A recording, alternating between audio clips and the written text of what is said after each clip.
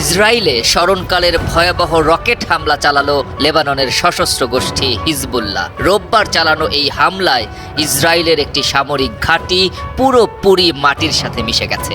অত্যাধুনিক 20টি রকেট নিয়ে ওই হামলা চালানো হয়, আর হামলার পরই দাউ দাউ করে জ্বলতে থাকে উত্তর ইসরায়েলের মাউন্ট মেরনের বিভিন্ন এলাকা।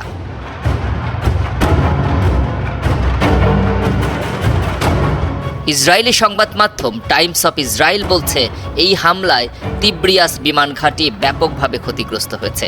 সামরিক এই ঘাঁটিটি লেবানন সীমান্ত থেকে 30 কিলোমিটার দূরে অবস্থিত। হামলার সময় ইসরায়েলে রকেট সাইরেন বেজে ওঠে। হামলায় এক ইসরায়েলি নাগরিকও আহত হয়েছে।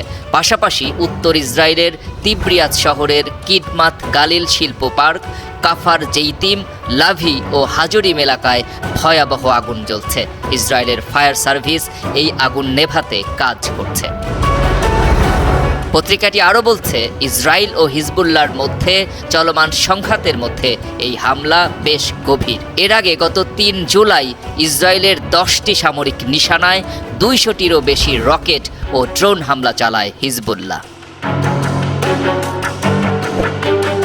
সম্প্রতি ইসরায়েলি হামলায় মোহাম্মদ নাসের নামে হিজবুল্লাহর এক কমান্ডার নিহত হন।